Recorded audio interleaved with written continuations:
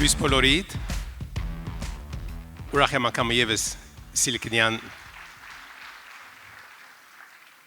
շնորհակալ եմ։ Ուրախ եմ եւս հոս գտնվելու 5-րդ Սիլիկոնյան լեռներու այս կակատնաժողովին, իսկապես հաճելի է տեսնել բավական մեծ թիվ երիտասարդություն եւ աշխուժություն։ Իմ գարկիս կշնորհավորեմ գրգին բարոն Նարայանը իր խելացի խոսքերուն եւ անշուշտ ստանալիք բադուն համար։ Այսօր միասին պիտի զեկուցենք հետաքրքրական պանելի ընթացքին խելացի երգիր նյութը։ Խելացի երգիրը ինքնին մեծ տերմ է։ Խելացությունը շատ դերուս դրված է, ամենքը դալ եք, բայց խելացի երգիր ունենալը խելացի անցունենալն ավելի է։ Ադեններ խելացի ամենախելացի երգիրը երբ որ գսեն գնային միջին չափը ինչ է IQ-ի. The average IQ of the population makes the smart country. In some cases, smartness is measured by IQ.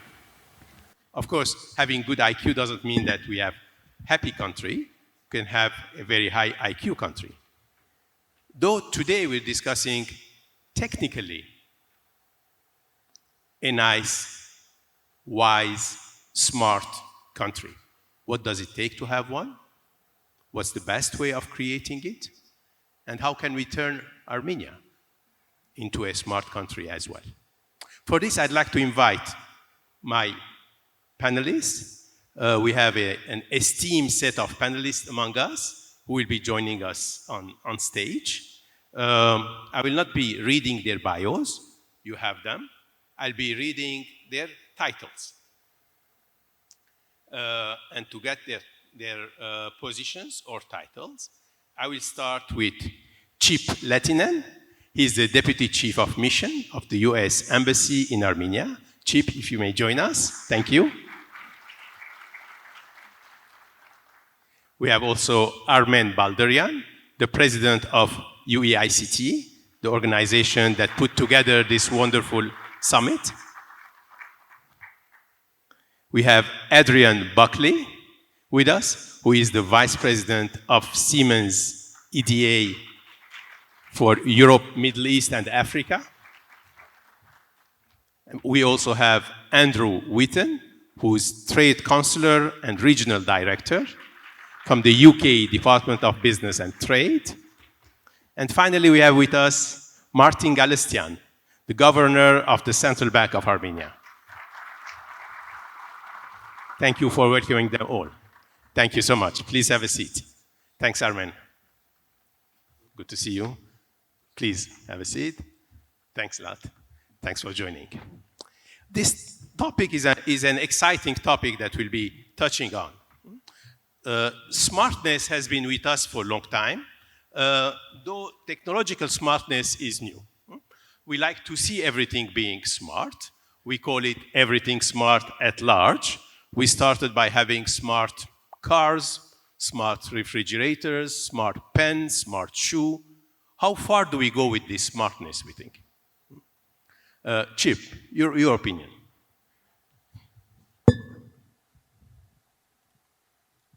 Great. Well, thank you very much. Thanks for being here. It's great to be a part of this this panel and to follow a very smart American who we had up here earlier from Adobe, Shantanu. So thank you very much. And I like that you're breaking it down because I feel like smart country is a big way to start. And so we sometimes think about smart communities as a way of looking at that as a smaller level, especially maybe coming from the United States where we're, again, a big country and we need to do that. And I think it also gets at a key component here, which is that really a lot of this has to be bottom up and it has to be driven from the bottom, taking advantage of technology and resources that are there. So I think when you do it that way, you can break it down into quite small components as you sort of, in how you pose the question. So maybe I'll just leave it at that to start. Yes, makes sense. Makes sense. Maybe I can ask Andrew, is smart country the duty of the government of the country, or it's a wider responsibility than that? It's a really good question. I'm going to duck that and say it's definitely everybody's responsibility. I think we've heard, and we might speak more later about the importance of infrastructure and frameworks and regulation.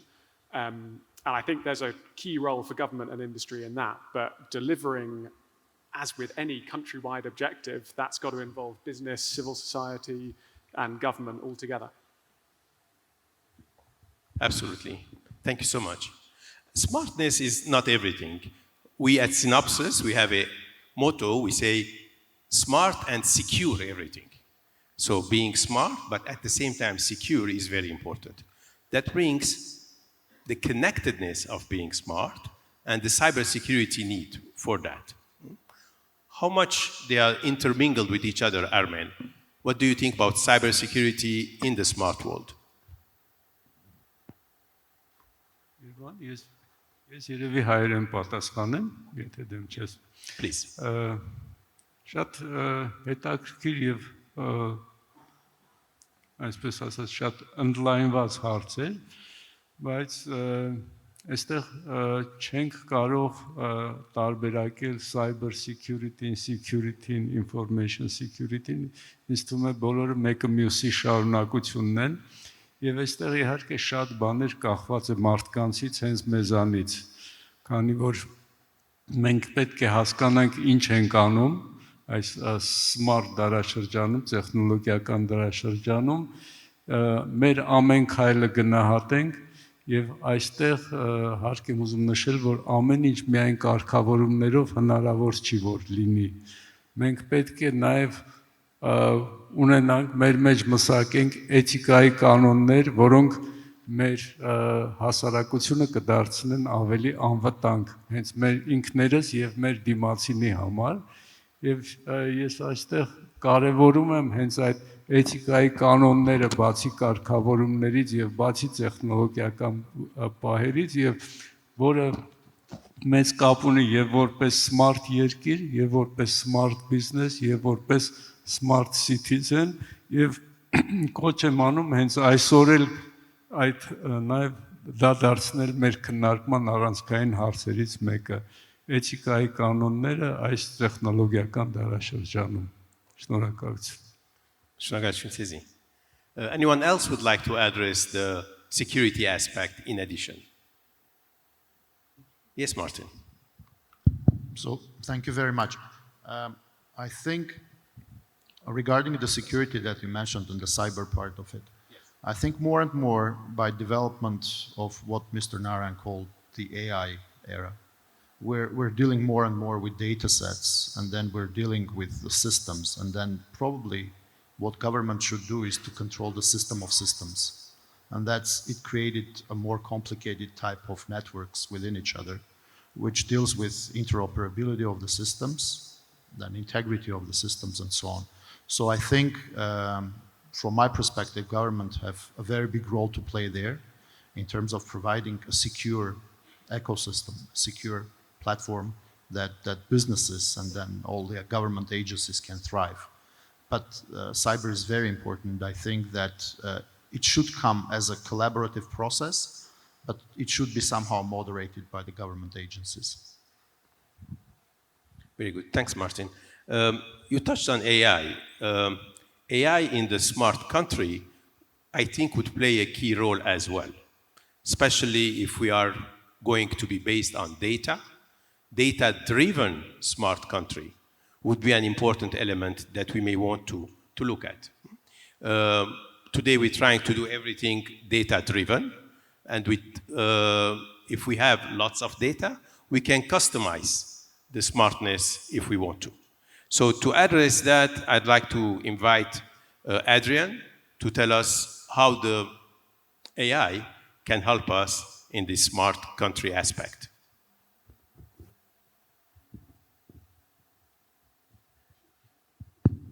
It's already on. Great. Yes, AI. I think we're very much at the foothills of AI, despite the incredible achievements that have been made so far.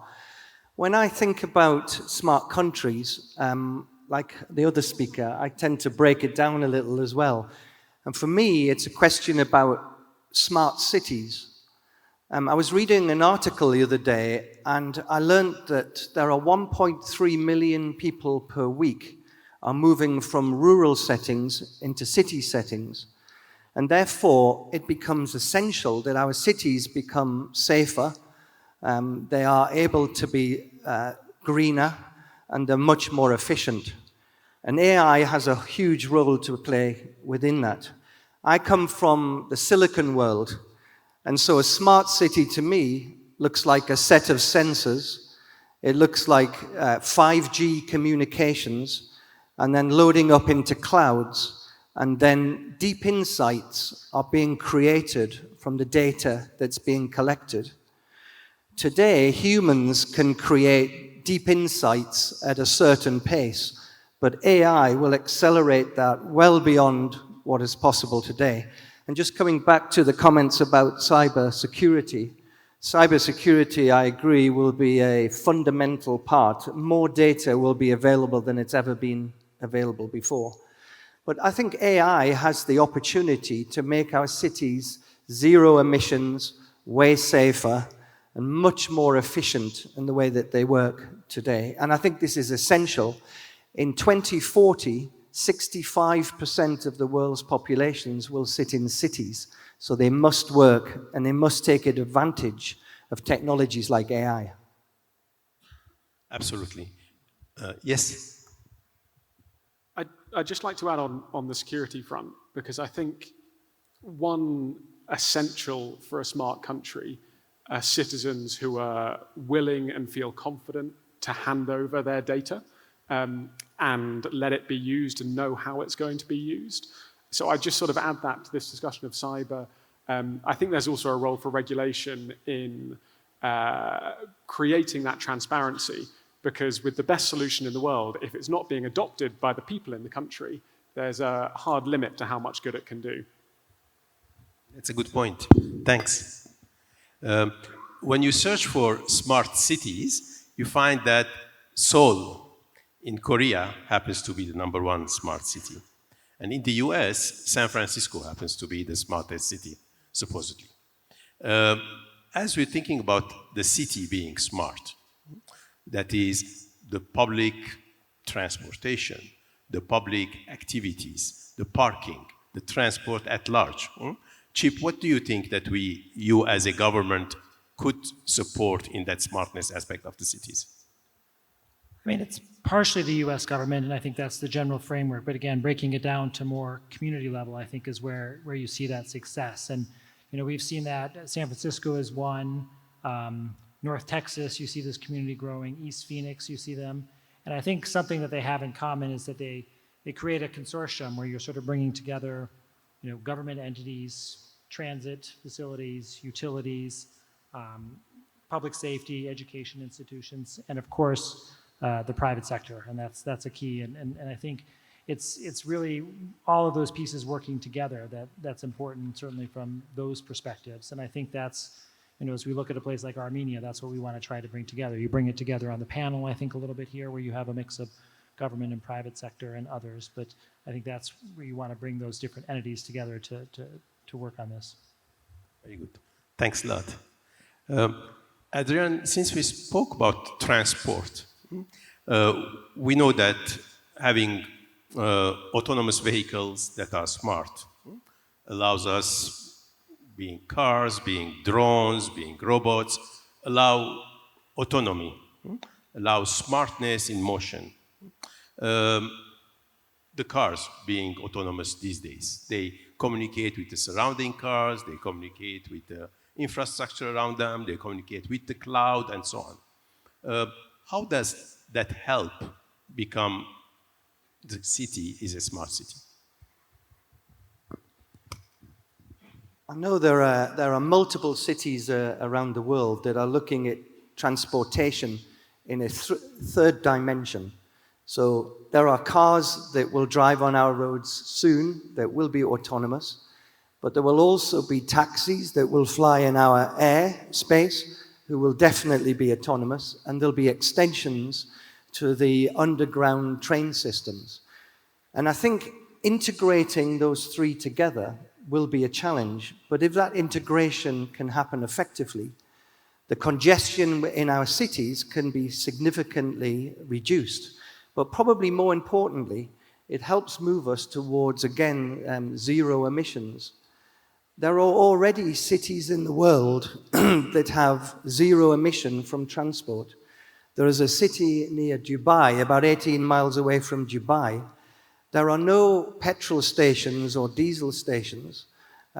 They are net producers of energy, and they have zero emissions from their transportation system.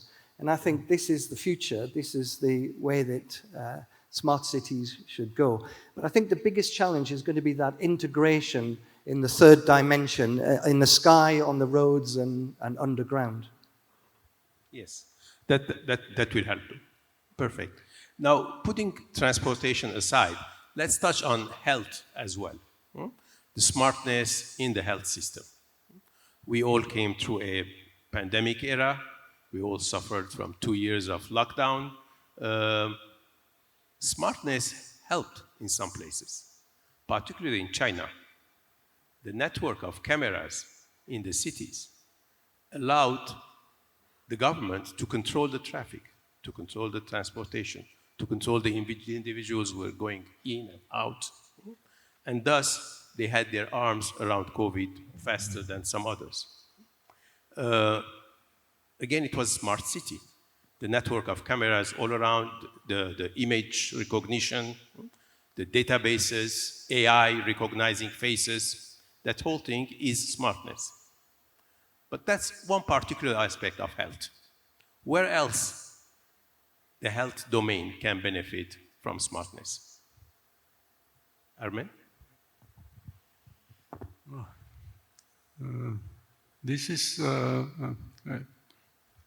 դա process-ը, որով մենք հիմա անցնում ենք Իրանդ, եւ այդ հարցերի պատասխանը կարծում եմ մենք դեռ պետքա տանք, մենք պետք է գտնենք, քանի որ մենք հիմա գտնվում ենք այդ անցողիկ ժամանակաշրջանում եւ նույնիսկ հստակ տեսլական չկա, թե ուր պետք է հասնենք այդ ամեն ինչում, քանի որ այստեղ շատ մեծ մարտահրավեր կա նաև, այն ինչ որ դուք եք ասում, այդ տեխնոլոգիական զարգացման մեջ, քանի որ այնուամենայնիվ խելացի պետությունը նա է, որ այդ ամեն տեխնոլոգիաները զարգացնելով հանդերձ իր ինքնությունը չպետք է կորցնի։ Եվ հենց այստեղ է, որ օրինակ հենց պետությունների, կառավարությունների այդ խելացիությունը պետք է հանդես գա, ձևավորվի, որ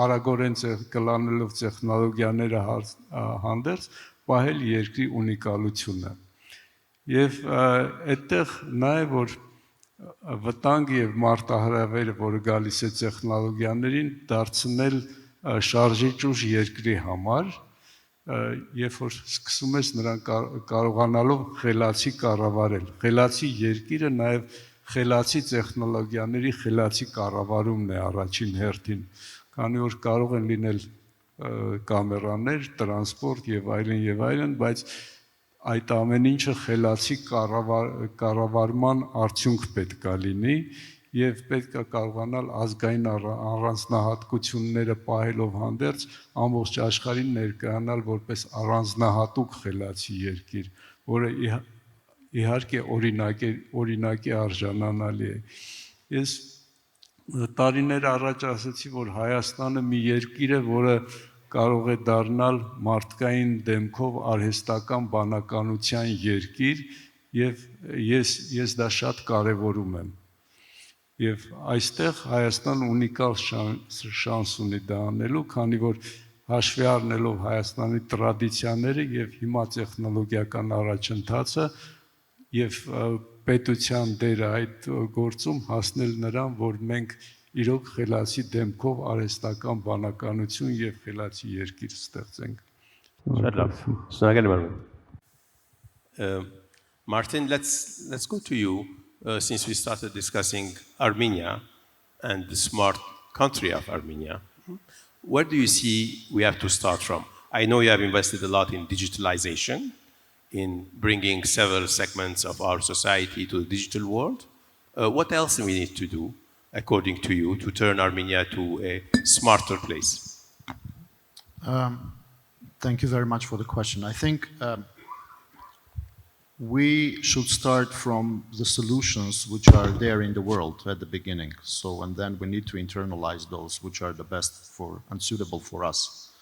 And then when we think about innovation, which is a process of collaboration first and foremost from my perspective, I think we need to create a sense within the government, within the bureaucracy, that minister who is responsible for health is also a chief digital person for the ministry itself.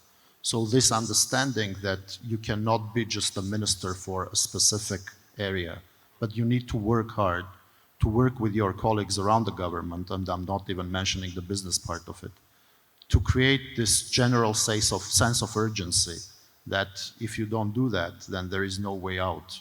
That's, for me, is one of the most important and challenging problems that we're currently facing. On a more practical and probably more conservative point that Armen just mentioned about us being artificially intelligent and then presenting it to the world as a face. I think there are two big problems in Armenia that we should be solving for. Problem number one is the hardware, which is not the one that is unsolvable, which we can bring in. The second thing, if you're thinking about artificial intelligence, is the Armenian data, which is minuscule compared to the data around the world, which is in probably gigabytes compared to terabytes and terabytes that we're having around the world. So building our own AI system based on Armenian data would be a challenge from my perspective. And using the language models which are based on that data, that probably would be more challenging. In that sense, there is a problem around the world that there might be not even a digital divide within the societies, where people who are more capable of using those tools are more capable, and then there will be a big divide between those who have and those who have not. The same thing would probably apply to the countries as well. Because if you are a country with immense resources that you can allocate to AI solutions, and there are countries who are just barely surviving, there will be a huge gap between those two. And then one of the missions of probably UN can have a new charter to close that type of divide. So we need to think about it more carefully. Perfect. Thanks, Martin. You wanted? I was just going to build on Martin. I mean, I think, again, as you look at Armenia, I think there are things, and I mean, Synopsys is the model in terms of workforce development, and really it's something that we work on with USAID, with Synopsys and other companies, of recognizing you really have to build that foundation up of the workforce that can work with AI and to continue to develop that. So I think that's key. And then sort of the rules and regulatory environment is another area. And again, from the US, we do some of that. I think cybercrime is an example where we're trying to help draft the legislation through one of our programs. Another is mentioned earlier is certainly the intellectual property side and protection, which I don't think gets enough attention here, but is something as Armenia continues to advance and build the tech sector, really needs to be a focus here. Very good point, actually, yes. The investment in technology is definitely important because the technology is what will bring us the smartness. And these days we're seeing that technology is advancing quite well to take us into, besides our traditional face-to-face world, to take us to the virtual component of our interaction. The smart glasses, the new virtual reality or augmented reality. Last week we saw Quest 3 from Meta. It shows us all the possibilities that can be added to our life with that smartness. And it can bring us to newer dimensions of our living. However, we need to make sure that the balance between the virtual and the physical life is well maintained. Before going to the technology side, what do we think, where would be the right balance between the two? Andrew, do you have any comments on that? It's a good question, and it's actually something that Adrian and I were discussing before the panel in terms of how remote working can coexist with physical working, which type is right for the different types of work that exist.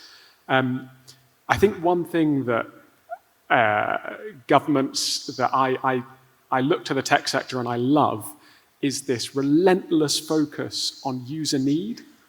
And I think when we're looking at the balance, we need to be careful we're not doing tech for tech's sake. There needs to be a problem which is being solved. And how that works is going to be different in every country, and it will be different for different individuals in that country. But I think the way you achieve that right balance in a particular case is that same relentless focus on what is the problem that we're trying to address. Yes, that's a good one. Could I just yes, add a little? Yeah. I live in the tech world, so everything should be virtual, but not really. One of the big concerns that we have is you can use virtual if you have established relationships with people and they're distributed around the world. But one of the big concerns that we have in Siemens is innovation. How do you create innovation?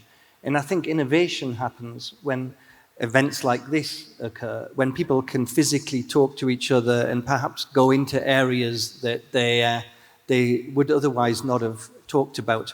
In the conversation we had a little bit earlier, we were talking about a high-tech campus in the Netherlands, where there is an area with 10,000 people.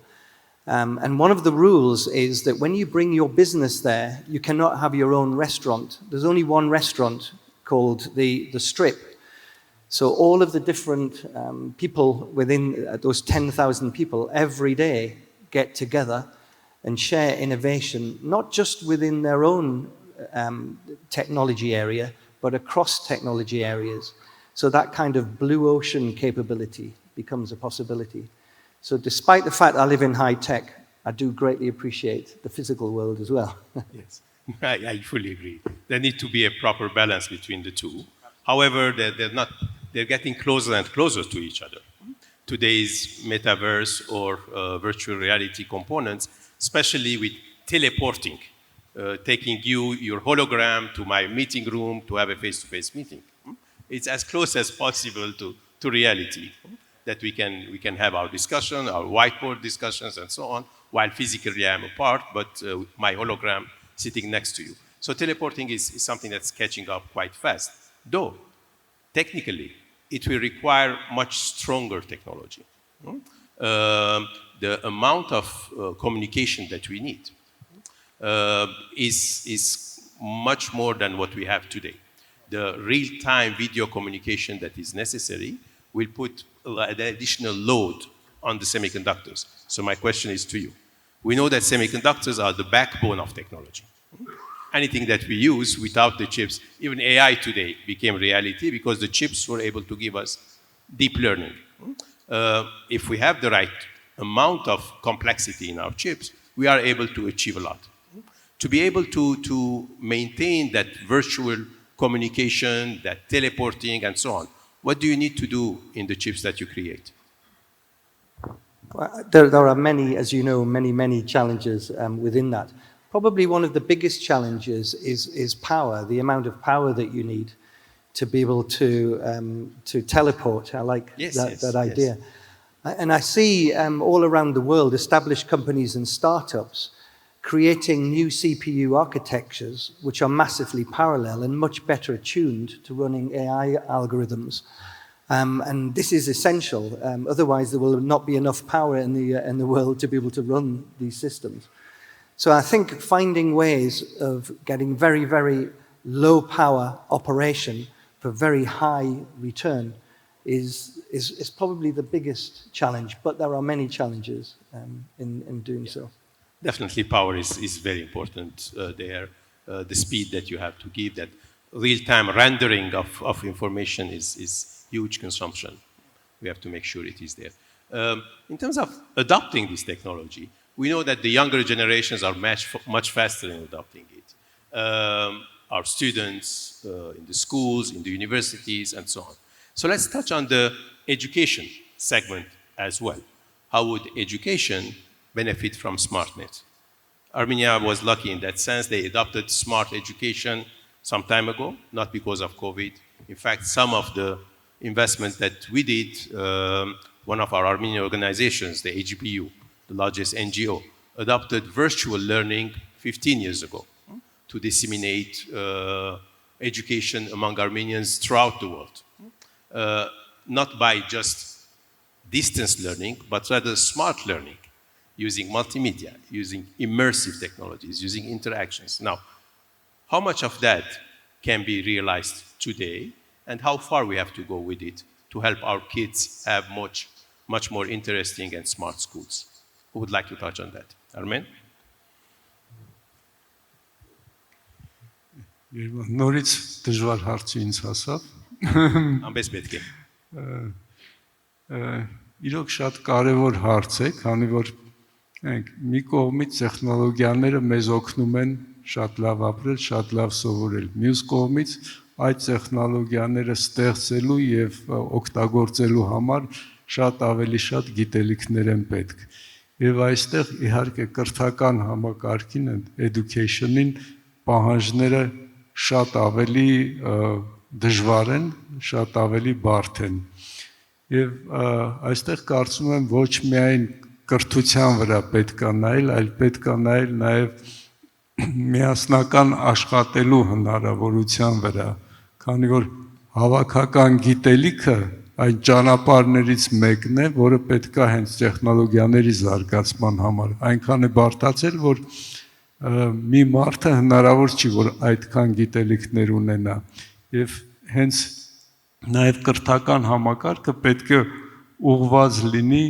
այդ հավաքական գիտելիքները ուժեղացնելու վրա, եւ կարծում եմ սա այն ուղղությունն է, որ նաև Հայաստանում պետք է ուշադրություն դարձնել, քանի որ այսպես թե այնպես մենք հիմա վերափոխում ենք մեր կրթական համակարգը, մենք պետք է կարողանանք մեկ քայլ առաջ գնանք այդ համակարգով եւ այնպիսի համակարգ միգուցե ստեղծենք, որը դեռ ուրիշ երկրներում չկա։ Եվ այս թիմային աշխատանքը, հավաքական գիտելիքների ինովացիան կրթության մեջ շատ կարևոր են։ Եվ իհարկե այստեղ այդ distance learning-ը, online learning-ը բան շատ օգտակար կլինի, քանի որ սա այն տարերից մեկն է, որը թույլ է տալիս հեռավորության վրա գիտելիքները կոնցենտրացնել ինչ-որ մի վիրտուալ տեղ եւ ամեն մեկիս ուղեղում։ Ես այդտեղ եմ տեսնում ճանապարհը, դրա համար հիմա եւ մենք նաեւ միությունում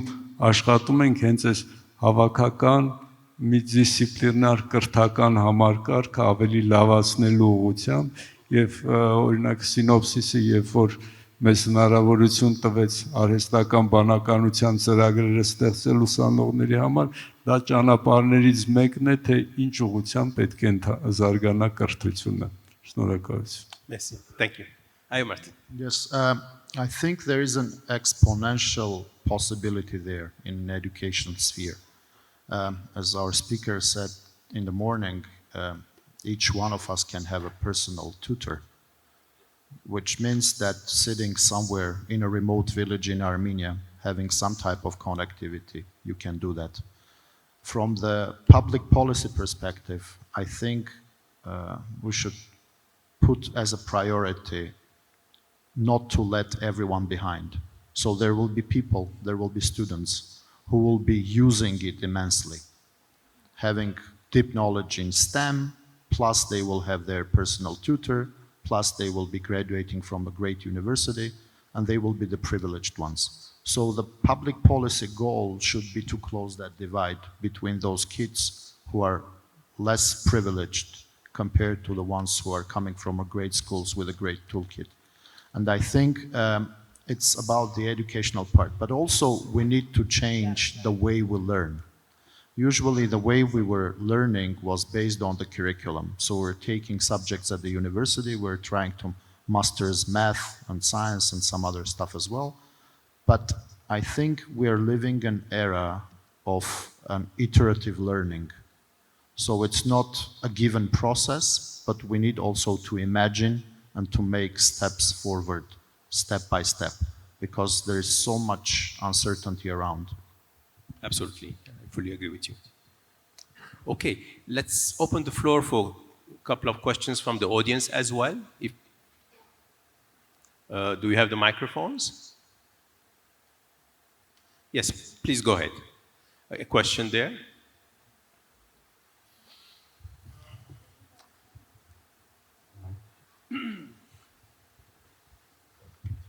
Yes, please. Go ahead. The question is to Martin Galstan. I'm a tech entrepreneur. So, could you please confirm, Mr. Galstan, that our Armenian banking system corresponded to Basel III regulatory? Excuse me, I hear the Basel III, but I need to didn't hear you may need to repeat it one more time. Could you please confirm that Armenian banking system corresponding to Basel III regulatory, that is regulatory about international banks for mitigating risks? Right. So yes, it's not only about Basel III, but it's about risk management approach. So I don't want to confirm or deconfirm the point, but what we're doing now, we're trying to move to a risk-based supervision, which is the core principle of Basel III, which means, and I don't want to be technical here because I don't want to use terms that would correspond only to both of us. But the general principle is that, yes, we're moving towards risk-based supervision approach in the banking sector. Perfect. Thank you, Martin. Any other questions? That's okay.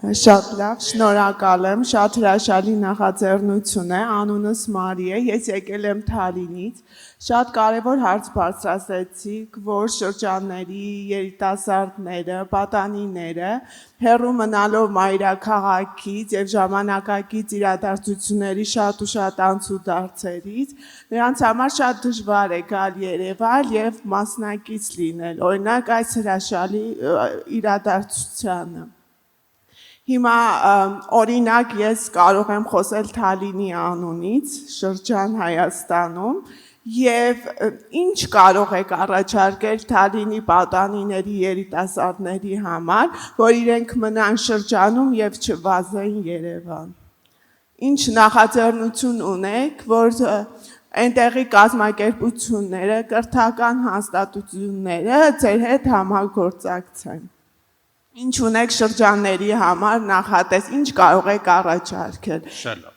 Շնորհակալություն, շատ լավ հարցում է։ Ով գուզե պատասխանել։ Մարտին։ Թալինի շրջանի երիտասարդներուն ինչ ունիք դալիք, որ հոմ մնան եւ չի մեկնին։ Հիմա իհարկե կոնկրետ կդժվարանամ ասել կոնկրետ Թալինի շրջանի երեխաների համար ինչա պետք անել։ Բայց մենք օրինակ տարեկան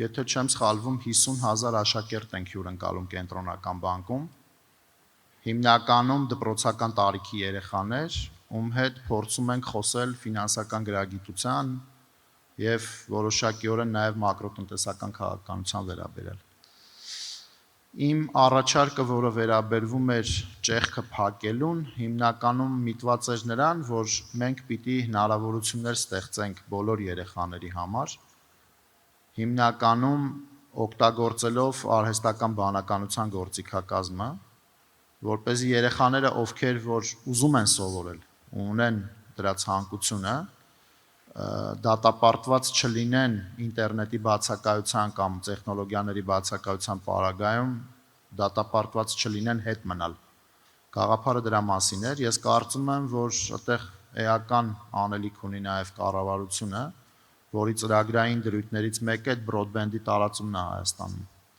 որը նաև որոշակիորեն թույլ կտա երեխաներին լինել հաղորդակից այն իրադարձություններին ու այն զարգացումներին, որը տեղի ունենում իրենցից դուրս ու կարծում եմ, որ սահմանափակվել միայն տարածաշրջանով կամ մի քիչ ավելի լայն, պետք է նույնիսկ Հայաստանից դուրս մտածել, որովհետև գիտելիքը աշխարհում շատ մեծ է ու հնարավորություններ ստեղծելով մենք այդ երեխաներին պատրաստում ենք 21-րդ դարի աշխարհին, որը արդեն էստեղ է։ Շատ լավ։ Merci. If I can generalize the question is not in the capital, but the kids in the regions, in the towns, in the villages, what should we do for them in smartness to keep them live in the same place, prosper, have happy lives, as well as benefit from the smartness, the virtual connections, not only in education perhaps, in other matters as well. Any advice that you can give, Chip? I mean, it's a small one and an old one, but I think sometimes, really, and this is something that we, again, work on from the embassy, is improving language skills. So we have programs that try to work in the regions to, in our case, with the U.S. Embassy, so it's to promote English. But I think that helps them to open up the world of what's available now that more is available digitally. And there are obviously translation tools and others, but I think it does help, to keep them included in that world by having those skills. Perfect. Thanks, Chip. Andrew, anything you can offer? It's a difficult question, and it's one I think that every country which has sort of a strong economic centre of gravity faces. I think from the UK's experience, we're talking about the importance of physical co-location for some types of work, and creating those clusters and thinking about where those clusters are based. Because although a lot of people come to London for good reason, we have clusters of innovation spread out all over the country. Really amazing places bringing together scientists, industry, funders. And I think clusters like that can be a really powerful tool in providing reasons for people to perhaps stay where they grew up or to not default to the capital. Perfect. Thanks a lot. Last question.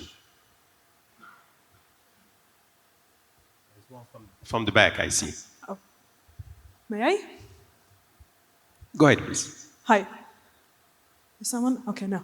Hi, I'm Lilith from Armenia. I'm a lawyer from Armenia. And my question is about data protection, because whenever we're talking about smart countries and smart anything, me as a lawyer, I come back to data protection. And my question is, what is your advice? How should the informed consent for data protection management be used? And what has been your successful experience in this regard? Thank you. And the key is informed consent. Thank you.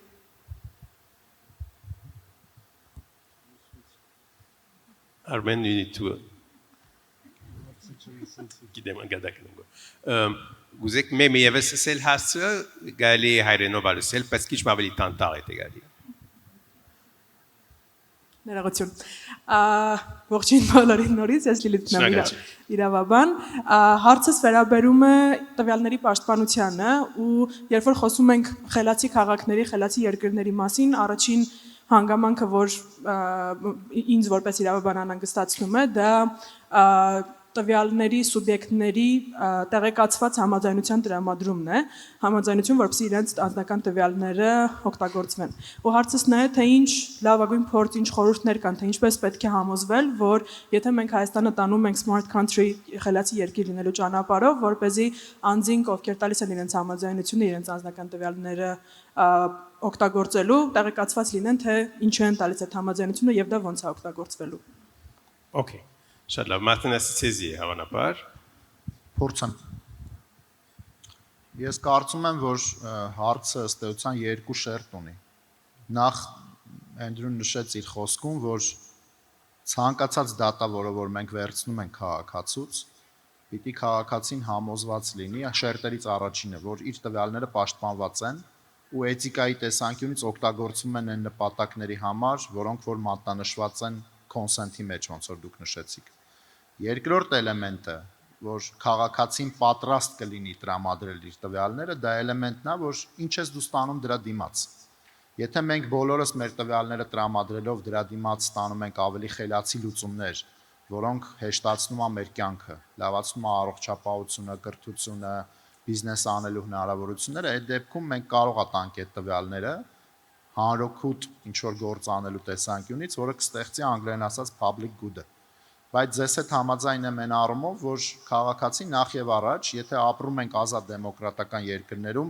այլ ոչ թե մի երկրում, որը բնութագրվում է որպես surveillance state, որտեղ Երևանը երբ որ Չինաստանի մասին խոսում էր, COVID-ի ժամանակ մարդկանց հետևելը կամ մարդկանց նկարները կամ վիդեոպատկերները տեսնելը, դա ունի նաև հակառակ կողմը։ Այսինքն դու համոզված ես, որ քո հետևից մեծ եղբայրը պետությունը անընդհատ քեզ հետևում է։ Ու տեղ դու եթե ապրում ես ազատ դեմոկրատական երկրներում, այդ ստեղծում է որոշակի անհարմարություններ ու ցանկություն մաքսիմալ պաշտպանվելու պետության ներխուժումից քո անձնական տարածք։ Դրա համար երկու կոմպոնենտների իմ կարծիքով խելացի համադրում պիտի լինի։ Մեկը, որ մարդը իր տվյալները տրամադրելուց համոզված լինի, որ տվյալները տալիս է ու ստեղծում է ընդհանուր բարիք, երկրորդը, որ իր տվյալները տրամադրելով ինքը ռիսկի չի ենթարկում իր անձը։ Այդ երկուսի համադրման արդյունքում է, որ մենք հնարավորություն ունենք օգտագործելով ներկայիս տեխնոլոգիաները հանրության ու մարդկանց համար բարիք ստեղծել։ Շնորհակալ։ Okay, one last question I'll ask each one of you to address. We spoke about smart country, how to make a smart country, what does it take, which sectors of the economy, and so on. But that assumes that the smart country is an island in isolation. But countries are not islands. Countries are collaborative entities with their surroundings. Is there a concept of smart countries, impacts on each other? Is there support from country to country in smartness? Is there a network of smart countries? How can we make our lives much better with a wider entity than just an island? Let's start with Chip.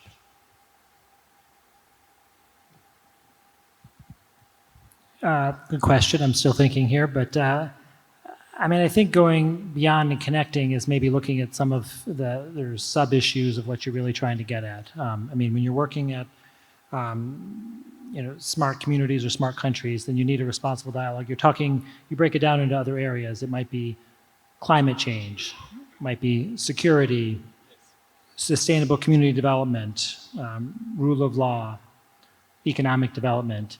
So I think part of that is not just thinking of this, notion of, a smart community, but what are we trying to get at and what are some of the areas? And then I think you get cross-cutting across different Absolutely. nations. They're very good examples. Yes. Thank you, Chip.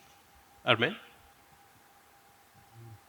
Այստեղ իհարկե տեխնոլոգիական դարում երկրները պետք է իրար հետ շատ լավ համագործակցեն եւ այստեղ ինչն է կարեւորագույնը, որ նորից ինֆորմացիայի փոխանցման եւ դրա իհարկե գաղտնիության պահպանման հարցն է, քանի որ մի կողմից երկրները իրար մեջ բացահայտում են ինֆորմացիան, այդ թվում նաեւ իրենց քաղաքացիների, որը մի կողմից դարձնում է շատ ավելի հեշտ քաղաքացու կյանքը, քանի որ դու գնում ես բոլոր երկրներում եւ քո մասին ամեն ինչ պարզ է։ Եվ մյուս կողմից իհարկե հենց դրանով էլ բարթացնում է եւ այստեղ շատ կարեւոր է գտնել այդ ոսկե միջինը։ Քանի որ նաեւ տեխնոլոգիաների փոխանակումը երկրների միջև այդ երկրների տեխնոլոգիական սահմանները ջնջվում են։ Եվ դա մյուս կողմից շատ մեծ հնարավորություն է երկրների համար, օրինակ Հայաստանի համար շատ մեծ հնարավորություն է, մյուս կողմից իհարկե մարտահրավերներ են, եւ որպես ոնց ղեկավարել այդ մարտահրավերները շատ կարեւոր է, եւ միայն խելացի երկրները եւ խելացի քաղաքացիները կարող են այդ մարտահրավերները մենեջ անել։ You're right, Armen. Yes, I agree with you. Even though today technology is not being globalized as it used to be. Technology is getting deglobalized these days. We're looking at sovereignty of technology. We have chip acts in the US, in Europe, in Japan, in Korea. We're trying to have islands of technology concentration rather than 10 years ago where technology was totally globalized without any boundaries. So even with technology, there's some deglobalization going on. Adrian. I do think that the biggest advantage is when it's globalized. And I do agree with you that it's deglobalizing. But I think the technology itself is designed to share. And there are huge advantages of that. I was reading an article about Tesla. And I know as they develop their autonomous driving cars, they are collecting information from all over the world in order to train the automatic car better and better. If that becomes sub-optimized into just specific regions of the world, then it will take longer and it'll be less efficient than it otherwise would be. So I think the technology is about universal and global, but I do agree that that's not necessarily the situation at the moment. Perfect, thank you. Andrew? So, I mean, even for countries which are islands, we're not islands in this sense. And thank goodness, because I don't believe any one country would have all the solutions that are needed to create a smart country. I think there are two categories or levels of cooperation. There's government to government, and then there's with business. So there are some fantastic programs that the UK is supporting with the government of Armenia in GovTech, and things like the Zero Emission Vehicle Rapid Response Facility, which can help in concrete ways to move things forward.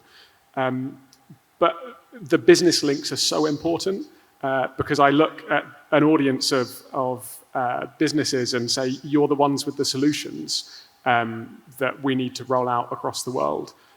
So I think being open to international business, being open to investment, being open to new ideas that come from different parts of the world is really crucial. Perfect. Thank you. Martin? I'll be a bit more philosophical here. So usually history repeats itself. And then there is always this power struggle between big states. I think, though being optimistic on the future of humanity, we're currently living through an era where, from my perspective, AI and technology and other types of solutions would be used by states in the world, big states, as a tool for a zero-sum game. And that may create new blocks, and then that would create new struggle against each other for the dominance in the world. And in that sense, technology wouldn't be used for good. Couple of weeks ago, Graham Allison was interviewing Eric Schmidt at the Harvard Kennedy School. And then they were talking about national security issues. And then what Eric Schmidt says is, he said, and I quote, the future of national security will be determined on how quickly you can innovate against the solution. And if that solution is used against your adversary, that is a bad thing. If that solution is used to proliferate peaceful coexistence, then that's a good thing. I'm hopeful, but there are many obstacles on the way. Perfect, thank you. That's a very good way to conclude our session. Thanks a lot for the excellent comments that you all had. I'd like to thank the panelists and thank you as well for your participation. All the best. Thanks.